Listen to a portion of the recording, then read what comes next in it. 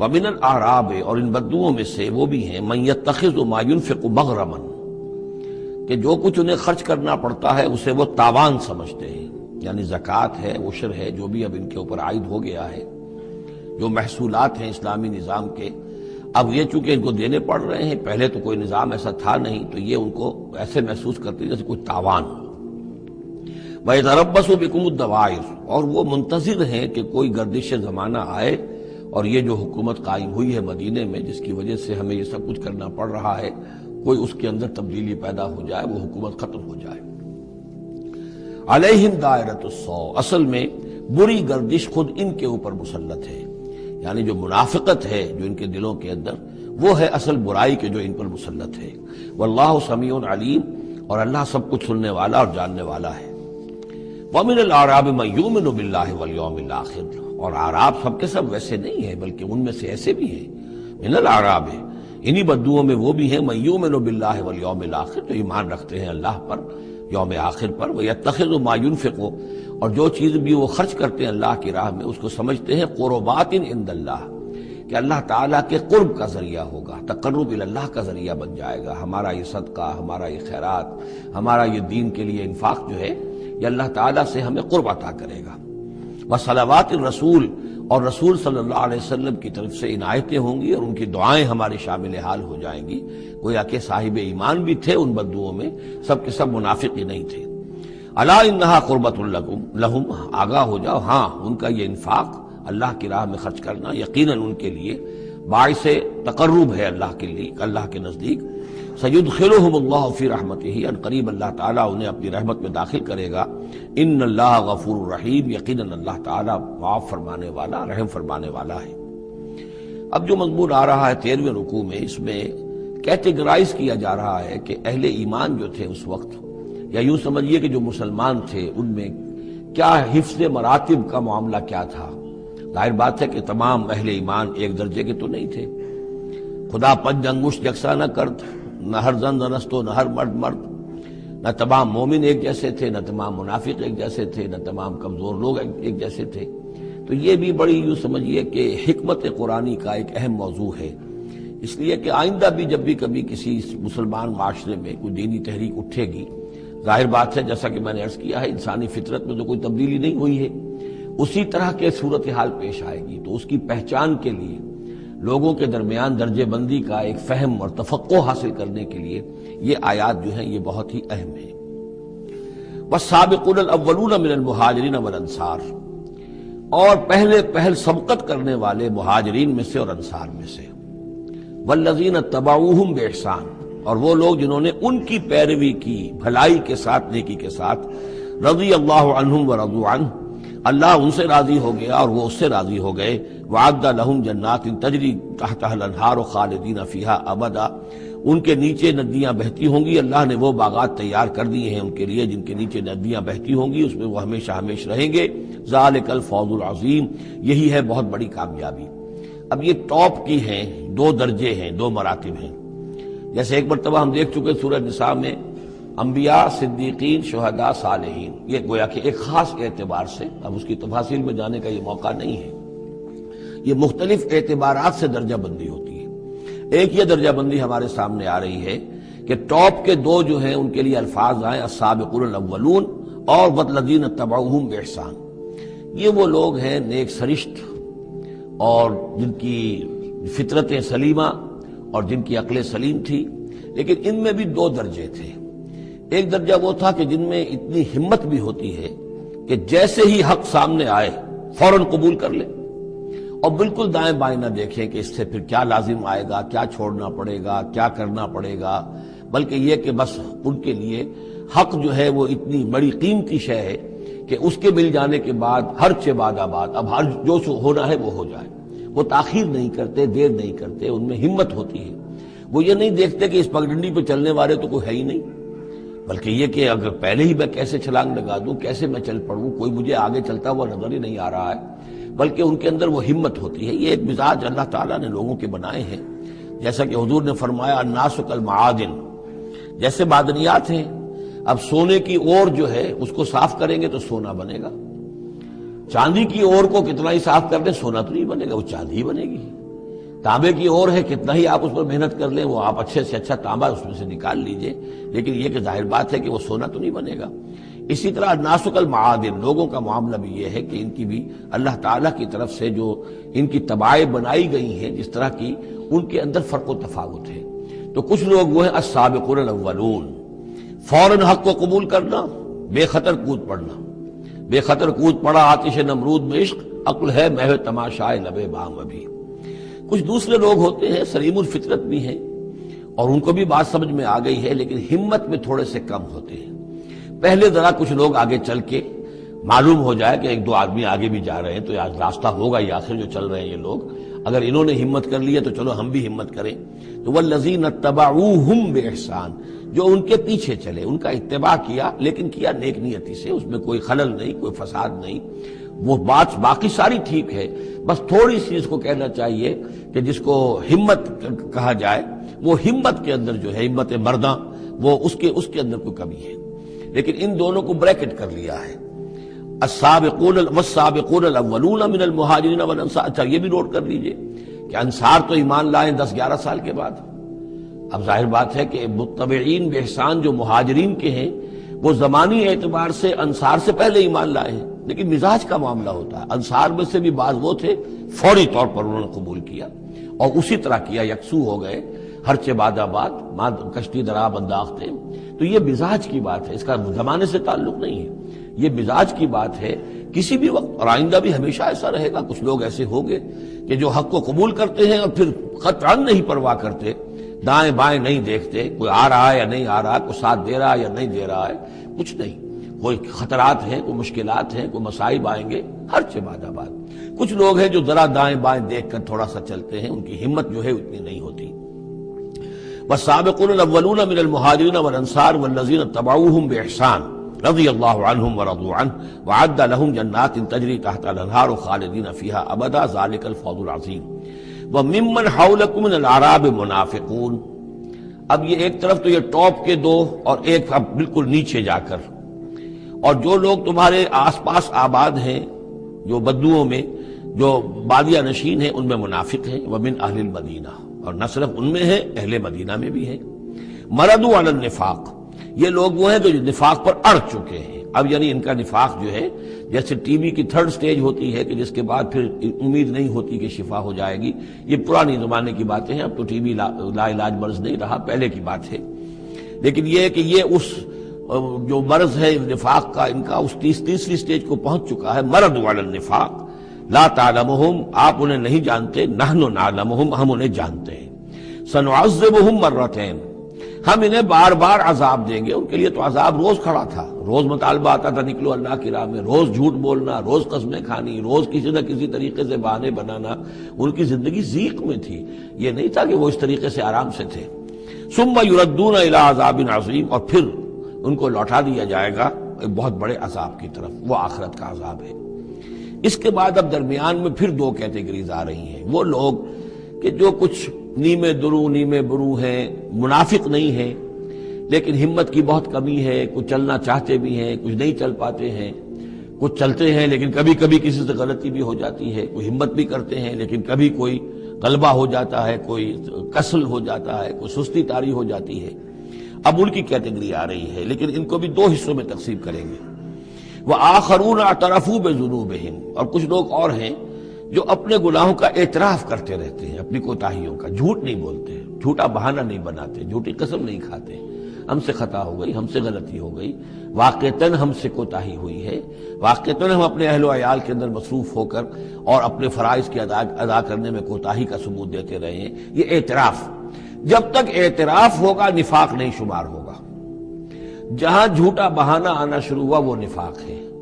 اور جہاں جھوٹی قسم آ گئی وہ نفاق کی دوسری سٹیج ہے۔ اور اس کے بعد تیسری سٹیج یہ ہوتی ہے کہ اہل ایمان سے انہیں ضد ہو جاتی ہے، قد ہو جاتی ہے، دشمنی ہو جاتی ہے کہ یہ بے وقوف لوگ جو ہیں ان کی وجہ سے ہم پریشان ہو رہے ہیں، اگر یہ بھی ہماری طرح بیٹھ رہے ہیں تو ہمیں بھی کوئی پوچھے نہیں اور کوئی ہمارے اوپر بھی کوئی عتاب نہ آئے۔ یہ چونکہ فوراً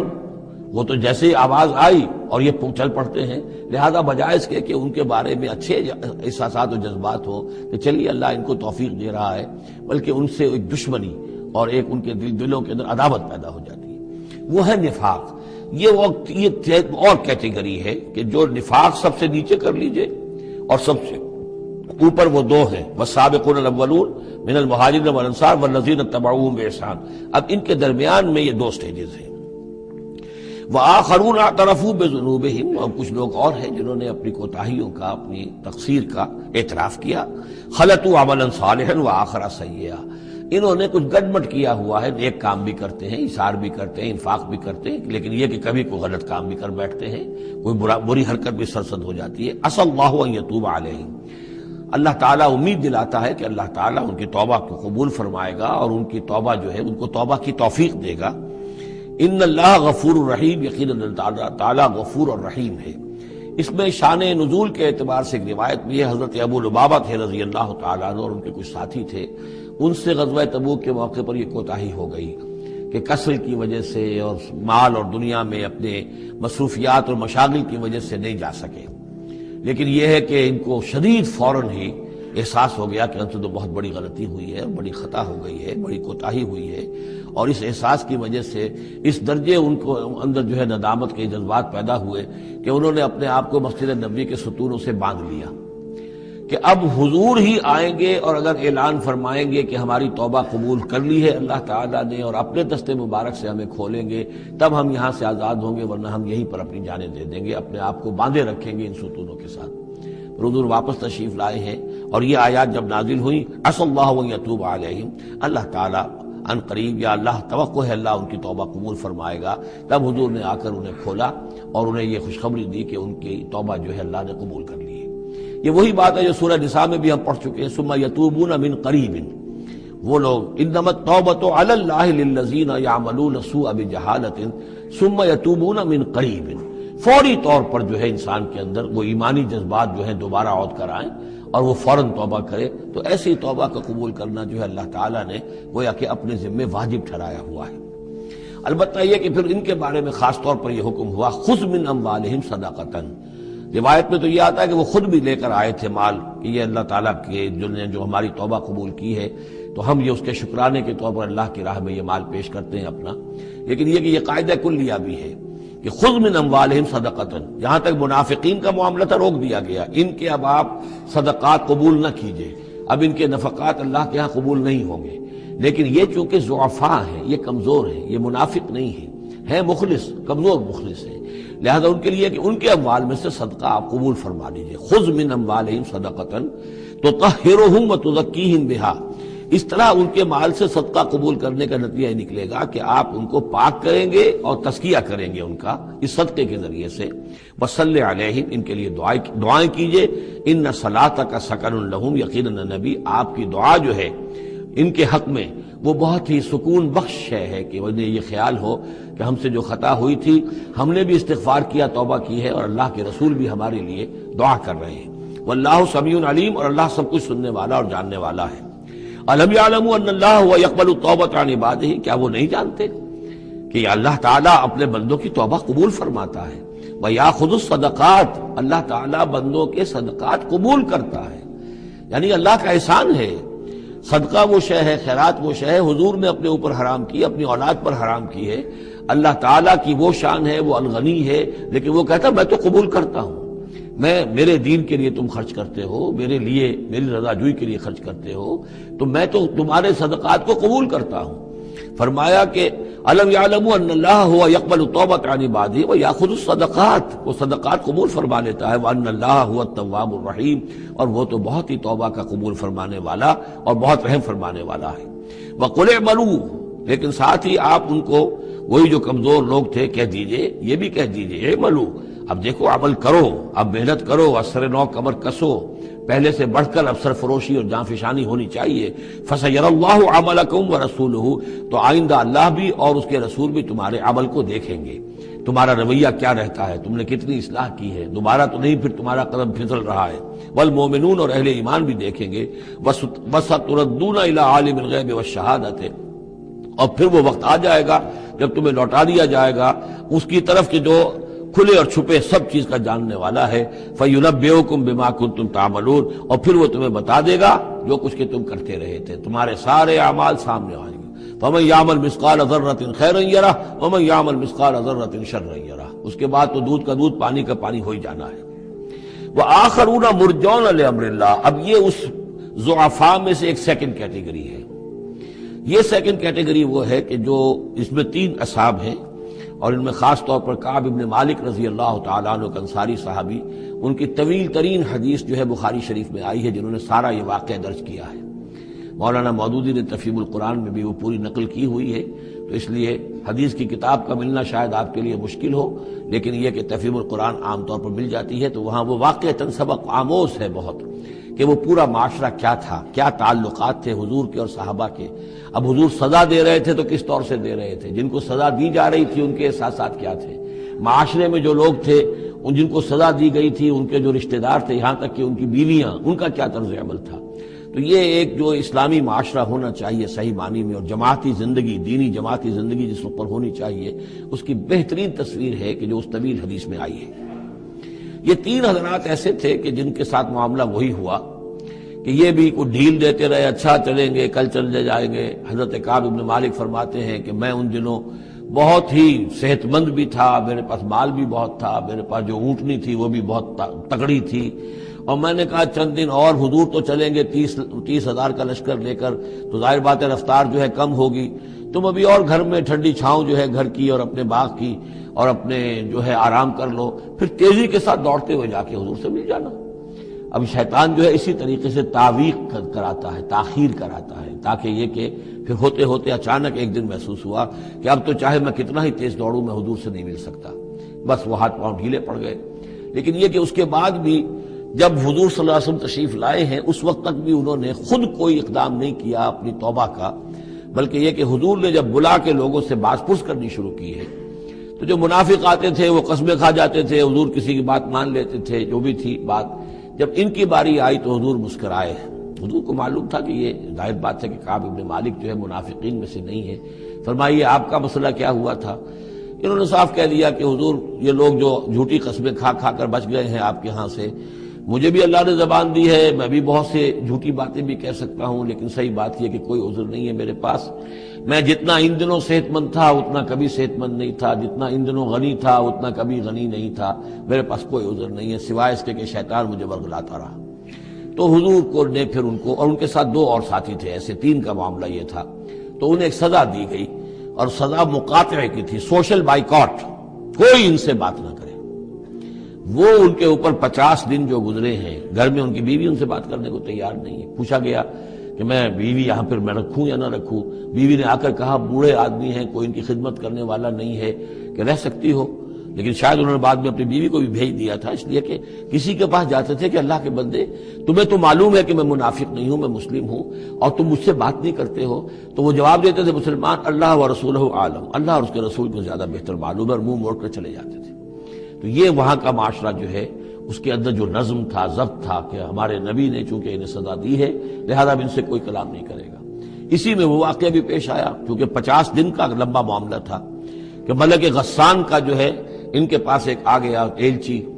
اور اس کا خط اس نے دیا، اور اس میں یہ لکھا ہوا تھا کہ ہمیں معلوم ہوا تمہارے ساتھی تم پر بڑا ظلم کر رہے ہیں، تمہارے صاحب جو ہے یعنی حضور صلی اللہ علیہ وسلم، تم تو بڑے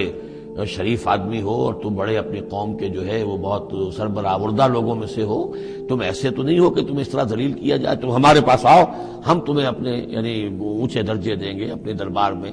تو انہوں نے کہا یہ اور مصیبت آئی، اور وہ خط لے کر پھاڑا اور تندور کے اندر پھینک دیا. ورنہ یہ کہ اگر ذرا سی بھی کوئی کمزوری ہوتی تو یہ کہ اس شیطان نے اس کمزوری کو ایکسپلائٹ کرنے کا بھی اتنا بڑا جو ہے داؤ کھیلا تھا. بہرحال ان کا ذکر ہے یہ. وآخرون مرجون لامر اللہ، اور کچھ اور ہیں کہ جن کے معاملے کو مؤخر کر دیا گیا ہے اللہ کے حکم سے. اما يعذبهم، اللہ چاہے گا تو انہیں عذاب دے گا، واما يتوب علیہم، اور چاہے گا تو ان کو بھی توبہ کی توفیق دے گا یا ان کی توبہ قبول فرما لے گا. واللہ علیم حکیم، اور اللہ علیم اور حکیم ہے. ان کا ذکر جو ہے پھر بعد میں آئے گا، کچھ عرصے کے بعد گویا کہ وہ آیات نازل ہوئی کہ جن میں ان کی توبہ بھی بعد میں قبول ہو گئی. لیکن 50 دن کا بڑا سخت سوشل بائیکاٹ. والذین اتخذوا مسجدا ضرارا وکفرا وتفریقا بین المؤمنین وارصادا لمن حارب اللہ ورسولہ من قبل، اور وہ لوگ کہ جنہوں نے ایک مسجد بنائی ہے ضرار کے طور پر، زدم زدہ، ضرر سے ضرار، باب مفعلہ ہے، وہ کفرن اور کفر کے لیے، وہ تفریقاً بین المومنین اور اہل ایمان میں تفریق پیدا کرنے کے لیے، وہ ارصادا لمن حارب اللہ و رسولہ اور ان لوگوں کو گھات فراہم کرنے کے لیے، جائے پناہ دینے کے لیے کہ جو اللہ اور اس کے رسول سے جنگ کر رہے ہوں، من قبل جو کہ اس سے پہلے سے اللہ اور اس کے رسول سے جنگ کر رہے تھے۔ یہ مسجد زرار بنائی تھی منافقین نے مدینے کے اندر، اور مسجد قباء کے قریب کے علاقے ہی میں تھی یہ، اور یہ اصل میں اس کے پیچھے ایک شخص تھا ابو عامر راہب، خزرج کا یہ شخص تھا، اور یہ شخص بھی ویسے بڑا عالم شخص تھا، اور یہ عیسائی ہو گیا تھا اور راہب ہو گیا تھا، جیسے کہ ورقہ ابن نوفل تھے، وہ قرشی تھے، لیکن وہ بھی ان کی طبیعت سلیم تھی، عقل سلیم اور فطرت سلیمہ کی روشنی میں انہوں نے بھی اس وقت پھر بت پرستی چھوڑ کر اور عیسائیت اختیار کر لی تھی۔ کانا یکتب التوراۃ بالعبرانیہ، اور اتنے بڑے عالم تھے کہ تورات عبرانی زبان میں لکھا کرتے تھے۔ تو اس حوالے سے اسی طرح کی ایک پیرلل شخصیت یہ ہے، ابو عامر خزرج کے تھے یہ، لیکن یہ شخص جو ہے راہب بنا، لیکن اس کو معاملہ برعکس ہوا۔ ورقہ ابن نوفل نے تو حضور کی تصدیق کی، جب حضرت خدیجہ رضی اللہ تعالی عنہ لے کر گئی ہیں حضور کو، ان کا کہ یہ وہی ناموس ہے جو موسیٰ اور عیسیٰ پر آیا تھا، اور اللہ کرے کہ میں اس وقت تک زندہ رہوں جب کہ آپ کی قوم آپ کو یہاں سے نکال دے گی۔ تو حضور حیران ہوئے، اب مخرجیہم، کیا یہ لوگ مجھے یہاں سے نکال دیں گے؟ تو ان کا کہ ہاں یہ معاملہ ایسا ہی ہے جس کے ساتھ بھی ہوا ہے، پھر اس کی قوم نے اس کے ساتھ دشمنی کی ہے۔ تو برعکس رویہ یہ تھا اس کا، ابو عامر خزرجی کا، کہ یہ جو ہے حضور کا شدید ترین دشمن ہو گیا۔ بدر کی شکست جب ہو گئی کفار کو، تو پھر یہ مکے ہی میں جا کر آباد ہو گیا، اور وہاں یہ سازش کرتا رہا، اور یہ فوج جو ابو سفیان لے کر آئے احد میں، اس کے پیچھے بھی اس کی سازش کار فرما تھی، اور احد میں ساتھ آیا مشرکین کے، اور وہاں آ کر اس نے مسلمانوں کے جب لشکر آمنے سامنے ہوئے تھے دامن احد میں، تو اس نے باہر نکل کر تقریر کی تھی انصار مدینہ پر جو بھی اثرات اس کے تھے، قدیم کے نیک آدمی تھا، عالم آدمی تھا، زاہد آدمی تھا، راہب تھا، تو اس حوالے سے اس نے چاہا تھا کہ انصار کو برگشتہ کرے محمد رسول اللہ صلی اللہ علیہ وسلم سے کہ وہ علیحدہ ہو جائیں، لیکن اس کی کوئی چال چلی نہیں تھی، کامیاب نہیں ہو پائی تھی۔ پھر یہ کہ اس کے بعد جب حنین کی بھی جنگ ہو چکی، اور پھر تھک ہار کر جب اسے معلومات جزیرہ نماء عرب میں تو میرے لیے کوئی جگہ نہیں ہے، تو پھر وہ شام چلا گیا تھا۔ شام میں مقیم رہ کر اس کا سلسلہ جنبانی جاری تھا مدینے کے منافقین کے ساتھ، اور وہاں سے اس نے انہیں حکم دیا کہ ایک مسجد بناؤ، ہو ذرا مدینے سے باہر، تاکہ جو بھی ہمارے سازشی عناصر ہیں وہ وہاں جمع ہو سکیں۔ یہ آپ کہیں گے مسجد ہے، یہ تو ہم مسجد میں نماز پڑھنے کے لیے جمع ہوتے ہیں،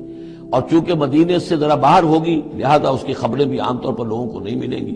باہر سے کوئی پیغام مجھے بھیجنا ہوگا میں وہاں پہنچا دوں گا۔ تو نام اس کا مسجد رکھا گیا، اصل میں وہ فتنے کا ایک مرکز تھا جو تعبیر کیا گیا۔ تو والذین اتخذوا مسجدا ضرارا وکفرا وتفریقا بین المؤمنین وارصادا لمن حارب اللہ ورسولہ، یہ تھے مقاصد اس مسجد کی تعمیر کے، مسجد نما عمارت جو انہوں نے بنائی تھی کہ وہ اصل میں مسلمانوں کو نقصان پہنچانے کے لیے، کفر کی تقویت کے لیے،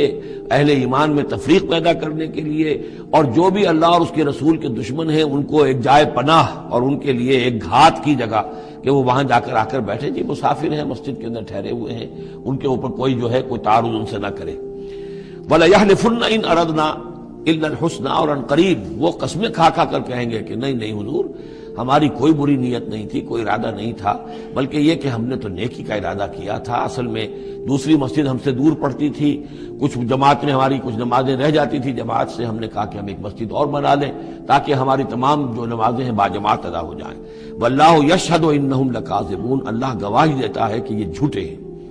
لا تقم فیہ، انہوں نے آ کے حضور سے درخواست کی، ایک دفعہ حضور آپ تشریف لے چلیے، آپ کے آنے سے وہاں بڑی برکت ہو جائے گی، تو آپ مسجد جو ہے ہماری اس کو بھی یہ سعادت نصیب ہو جائے کہ آپ قدم رنجاں فرمائے وہاں، لیکن اللہ تعالیٰ نے بر وقت روک دیا۔ لا تقم فیہ ابدا، اے نبی آپ اس مسجد میں کبھی کھڑے نہ ہوں۔